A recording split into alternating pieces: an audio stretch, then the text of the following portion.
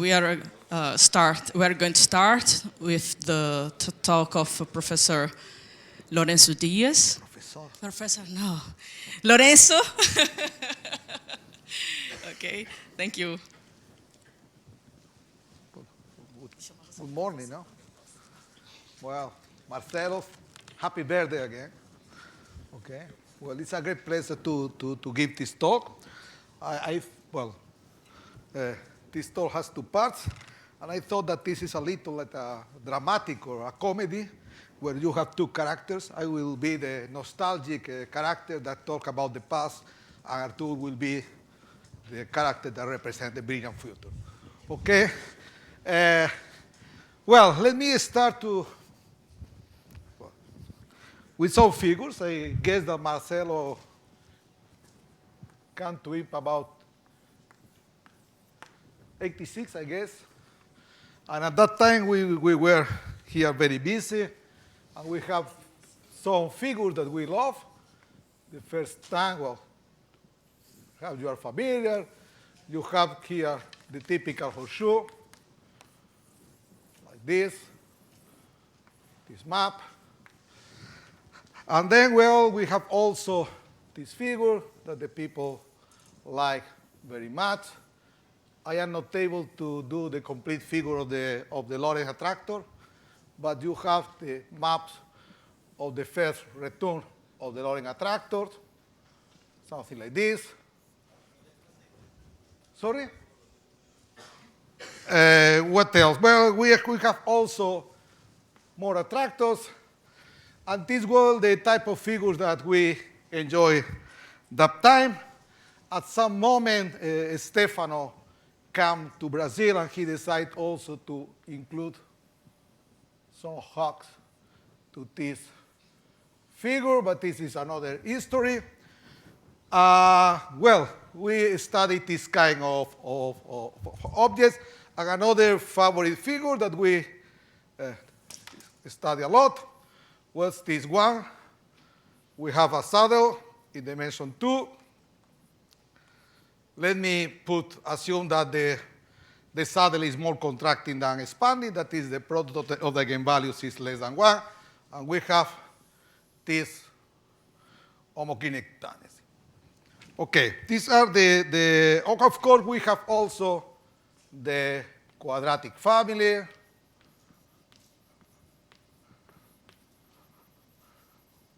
And its friends, okay? This is the type of thing that we studied at that time. And let me just recall well, we are talking about 86, and the main things that at least we study in the seminar of impact. Let me write here, great impact. I guess that we have the recent result about Neuhaus, about the Neuhaus phenomenon. We also have the result by Pallis and Takens about, let me write just here, persistence or not of hyperbolicity at homoclinic bifurcations.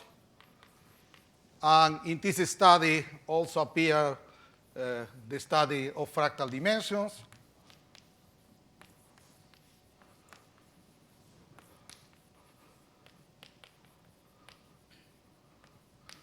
And I guess that the third great contribution of that time was the stability conjecture and the techniques due to Ricardo Magne. I think that all these results have a great influence in the work of Marcelo. Sorry. Well, let me say that at that time, for us, we are still not very familiar, or at least I was not very familiar with partial hyperbolicity, was not yet. Partial hyperbolicity. this will appear, say, later. But let me say that in the study of the stability conjecture of Manet, an object that was extremely important was the notion of a dominated splitting. Okay, was more or less the situation we have at that time. And then, well, let me just write here some techniques that was very important, I guess, for us. Of course, there is you have all the techniques of Newhouse and Paley-Stackens, that is fractal dimensions, of course. And Marcelo have several results about this fractal dimension of hyperbolic sets, dimension of derived from an Nosov system, and things like that. I am not going to it's impossible to talk about all the contribution of Marcelo. Another thing that plays a very important role was renormalization theory.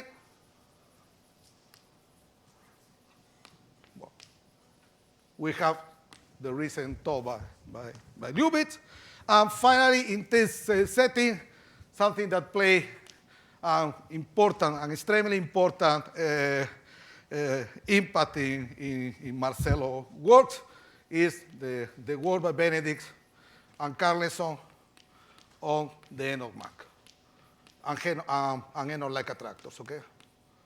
After the talk of Mike's, it's very difficult to say something more elegant than his talk. But let me say that we have all these ingredients in the blackboard.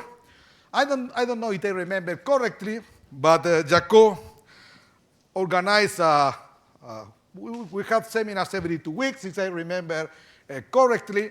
One day, Marcelo, please correct me, it's my memory that is not working correctly. I guess that one day after the seminar, Jacob talked with Marcelo and gave, I got this paper by Benedict and Carlson and gave to Marcelo. Say, well, study this and organize a seminar. This was more or less what Jacob said. And let me say that, well, one of the very interesting things of that period is that Jacob was very great putting people to working together. I put Marcelo to work with Leonardo Mora.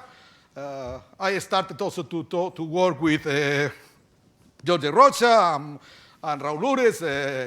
Enrique worked with Martin San Marino. And then they organized a seminar, and during several semesters, we have a very frequent seminar about this result.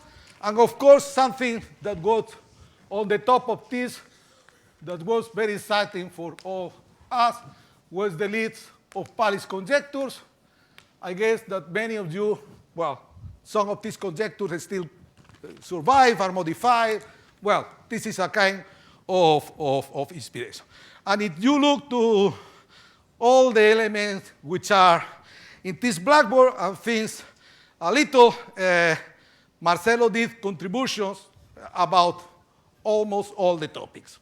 And then let me try now to put some ordering here.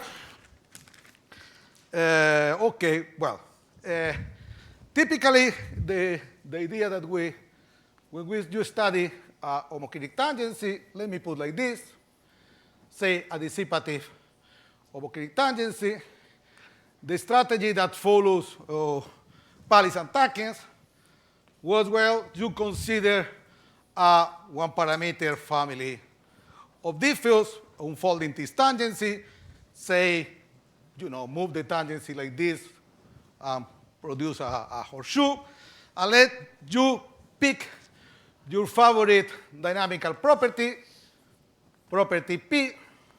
This property may be having an Enoch-like attractor, being hyperbolic, whatever. And then the thing that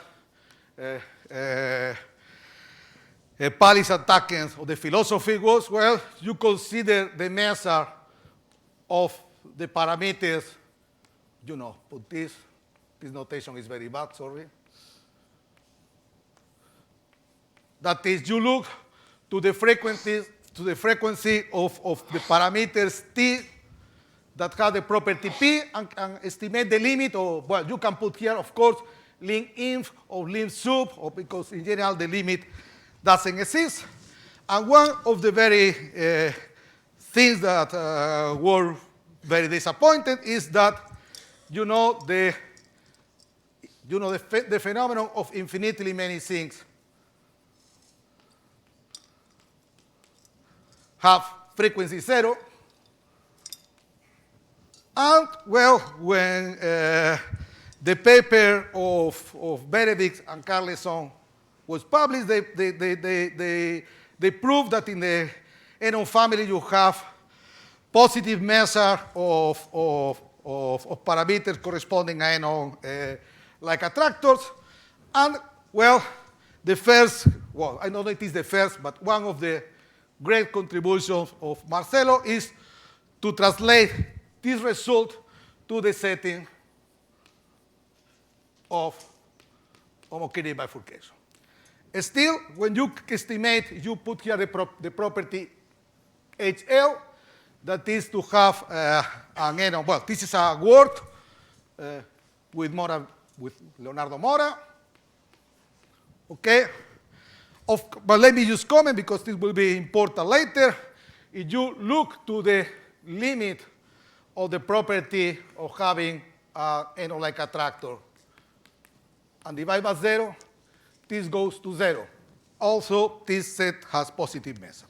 Well, let me just use the blackboard to say that Marcelo also, in collaboration with Jacob, extend the Neuhaus phenomenon that was true in dimension 2 for higher dimensions. Of course, you need to put the correct hypothesis, but let me say that translate this result to higher dimensions. Everybody will think, well, translating things to higher dimension is not, in general, is not a routine, but here they develop, it's a very difficult thing when you go to higher dimension, is deal with the differentiability of the foliations, and this was, I guess, one of the major difficulties that Marcelo found, and he also proved extends this result also to higher dimensions. And then let me just to finish here. Well, you look here and say, well, the Enon-like attractors, well, have positive measure but 0 density. And then at some moment, he discovered the situation where this limit is positive, strictly positive, and is in the case of saddle node.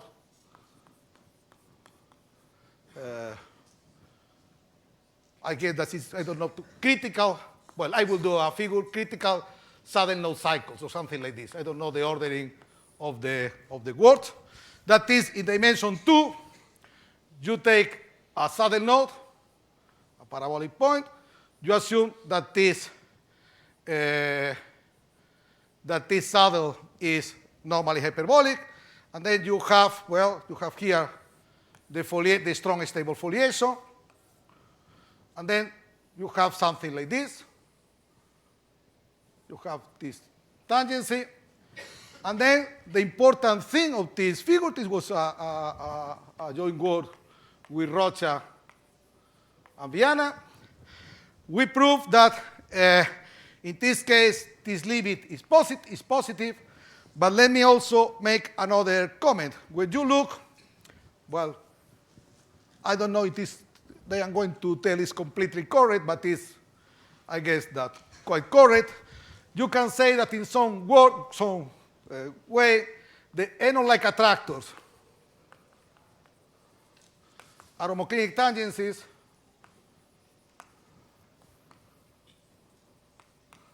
are small. But in this situation, you can identify a big attractor, or at least you can identify a big basin of attraction. I think that this is okay. Well, this is finished what I was planning to tell about this setting of homoclinic bifurcations. But I have only 25 minutes. I will need more time. And then let me say that one of something that I guess that Marcelo was unhappy with this situation is that in this situation we have that the attractors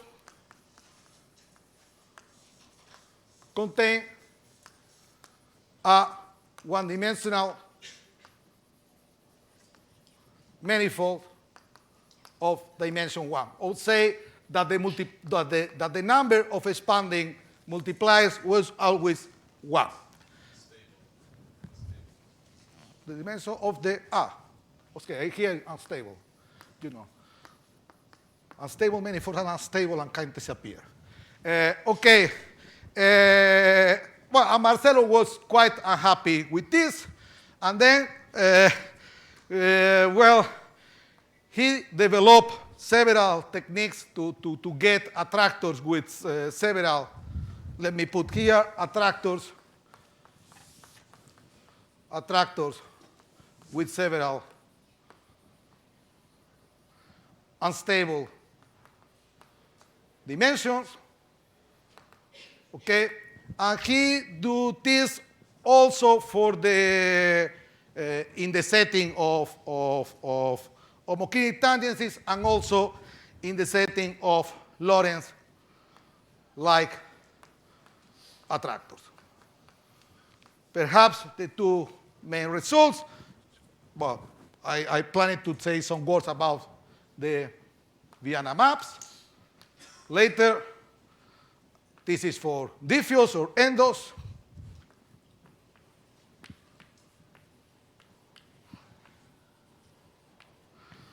He have a paper with Bonatti and Pumarino where they proved this for well, let me put Lorentz-like attractors. Okay. Okay. But there is something that I completely forgot. I apologize by this, but well, it's okay.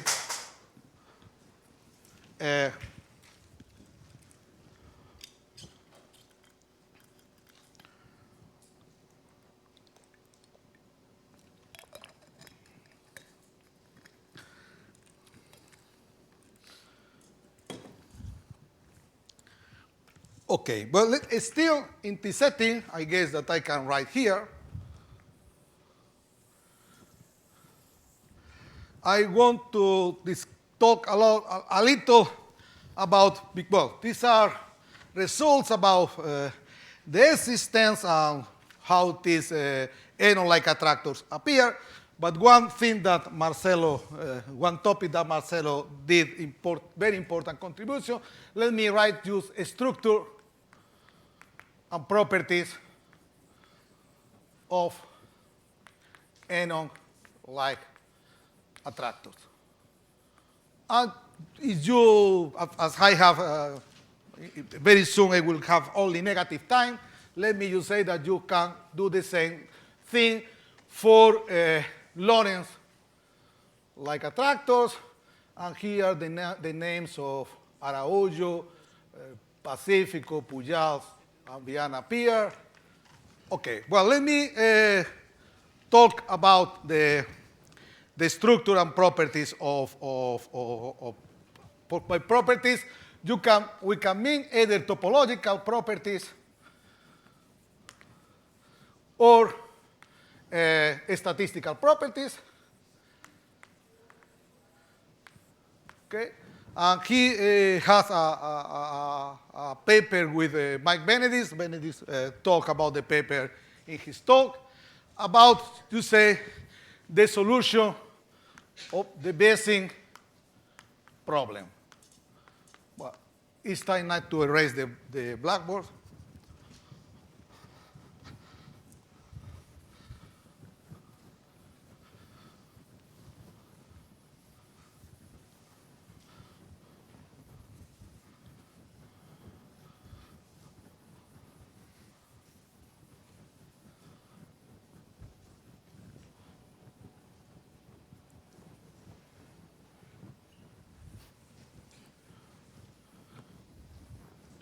Well, this blackboard is very big, eh?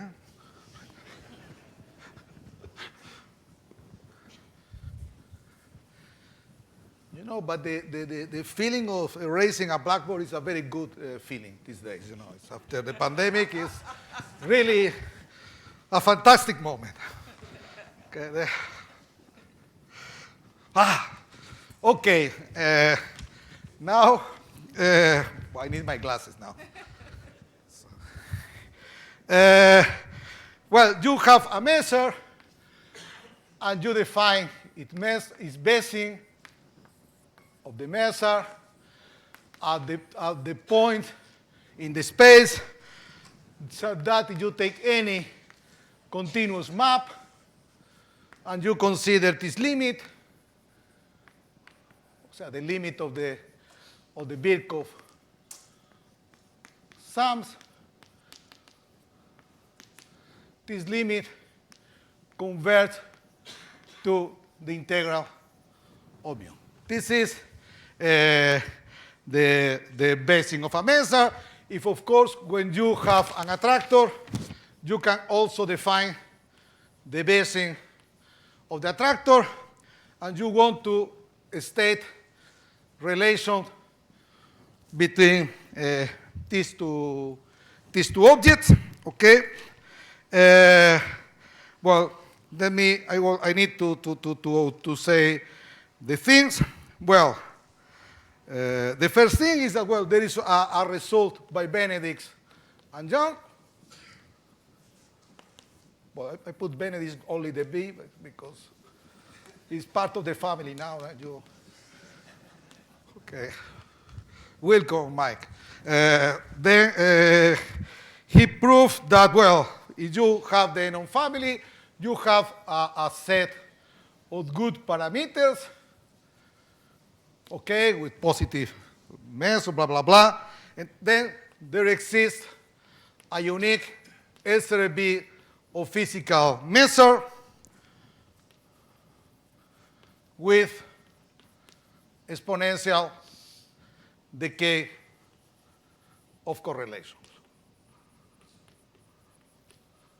And then, well, later, Benedict and Marcello, they solve what called the basing problem.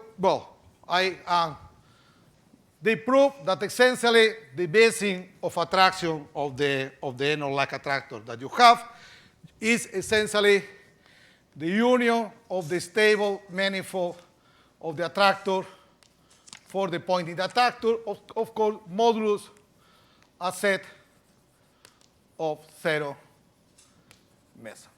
Well, there is something that I didn't mention, but I need to do in a very short time because there is some additional topic that I want to discuss, and I am almost out of time. Well, if you remember to the talk by Michel Benedict, when he talked about the Benedict-Carlson construction, in that case you have a critical point. You have a critical point, and you need to study the returns. Let me write the returns, or nearby the returns which are nearby the critical point, okay? So, with more or less almost recurrence. Okay, this is dealing with this thing as well. Also, Lubitz mentioned this today, is an extremely complicated thing. When you go to higher dimensions, the critical point is not very well defined. You have a critical region. And I erased here, but I told here about the Vienna maps. And then the great difference of the Vienna maps with the previous results dealing with critical regions or critical points or critical regions, okay, is that, well, in this paper of Marcelo, it is this construction, you have a map, and then you have the point that the determinant is equal to 0, okay? And in the case of the Vienna maps, that is a highly dimensional attractor. This is a codimension 1 manifold, okay? And then, well, let me call this set S. And then typically when you consider iteration of S, as S is extremely big, you will have that Fn of S is the interset S. And then you need a different approach. And then the thing is as well, when you are now, you need to define these, say, critical returns. And more or less, well, the strategy, to explain the strategy is more or less simple. To put the strategy in action is very complicated. Is, well, every time that you return nearby to the critical region, you need to be sure that you are not destroying all the hyperbolicity that you gained before. And then this is a probabilistic argument that you remove some parameters. In fin, I have no time to explain this because I want to dedicate my very last minutes. But let me say that if you really want to understand what I am planning to say in the next 2 minutes, read Dolgopiat review. That is, Dolgopiat told me today that there is a mistake, but I think that I found extremely clear and useful. And then there is 2 papers, 3 minutes, okay? There are 2 papers, or two twin papers with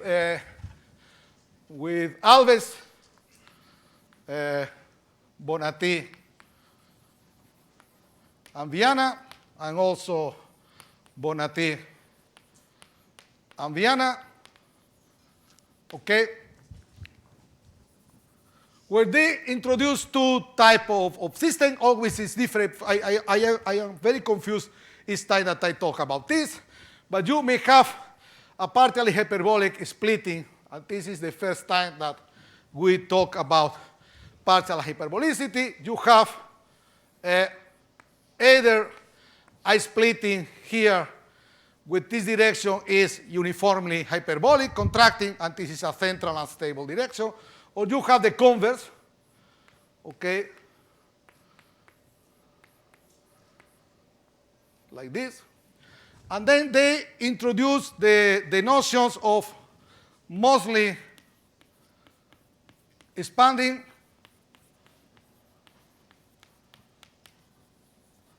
and mostly contracting maps. I not planning to write the definition of these things, but let me say that in the setting they have a very nice description, or let me say state conditions for 2 things.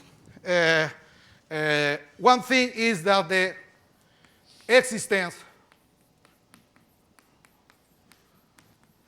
of finitely many SRBs. Okay. I am now, well, in both cases, they put conditions for the existence of finitely many SRBs. But let me just finish talking that here, in this paper, as it is written very clearly in the report by Dolgopiat, the approach in this paper is new because, well, the analysis to get properties always rely on this analysis of critical points. Here you don't have critical points. They use here the technique of hyperbolic times and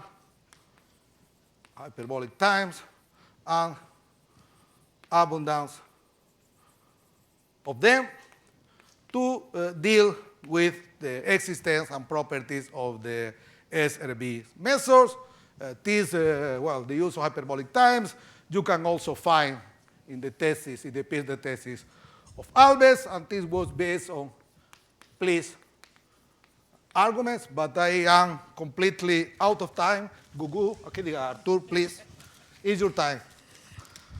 Let's thank Lorenzo.